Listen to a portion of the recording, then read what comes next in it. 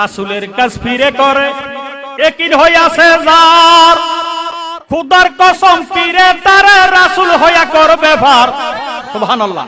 এখন মুসলমানের মধ্যে অনেক মুসলমান দুরূদ শরীফ সহ্য করতে পারে না। নবীর তরিকা নাই, আজানের আগে গজল গাছ মানুষের ঘুম নষ্ট করো।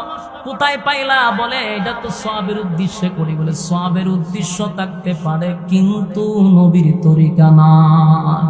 রাসূল আছে বর্তমান তারে চিনে না শয়তান, রাসূল আছে বর্তমান তারে চিনে না শয়তান।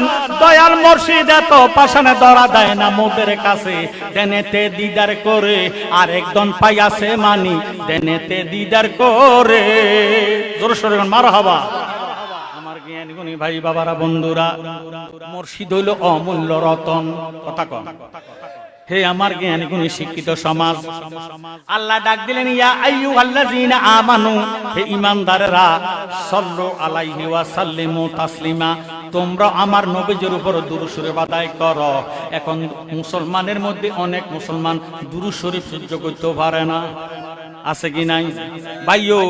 তারা একটা দুরুদে পড়ে, একটা দুরুদে বেশি বেশি জানে, যেই দুরুদের নাম দুরুদে ইব্রাহিম। কি দুরুদে ইব্রাহিম? অথচ ইব্রাহিম খলিলুল্লাহর বাবা আমরার নবী। সুবহানাল্লাহ।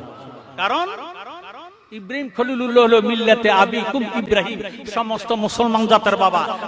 আমরার নবী এমন একজন নবী যিনি আদম নবীরও বাবা।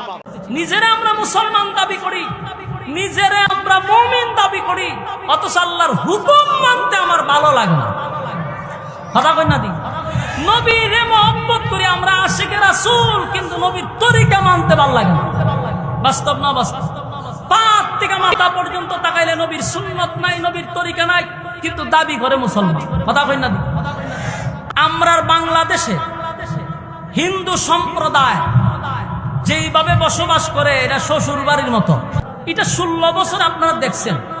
16 বছরে কোন হিন্দু মানুষ আয়না করতে বাইরেছে দেখছেন?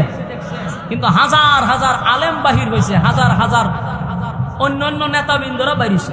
বাস্তব না বাস্তব? হিন্দু লোক বাইরে। তাহলে বোঝা গেল আমরা তাদেরকে সম্মানই রাখছি, কোনো অসুবিধা। যার ধর্ম উৎসব তার। কিন্তু এই কথা আমরা সুর মিলাই বলতে চাই না যে ধর্ম যার যার, উৎসব সবার। এটা বেঈমানদের কথা ছাড়া কোনো মুমিনের কথা হতে পারে না। এটা যেই নেতা বলবে জুতা মারবেন তার মুখে। বন্দামি করে যদি কেউ আপনার কাছে বলে যে উৎসব সভা, তেরে বলবেন খেত আমার, ফসল সভা। ফাজলামি করে আমাদের সাথে। মৌলবীদের বুঝাইতে আসো, মৌলবীদেরকে বুঝায় না। তোমাদের যেখানে আসে সেখান থেকে মৌলবীদের বুঝ শুরু।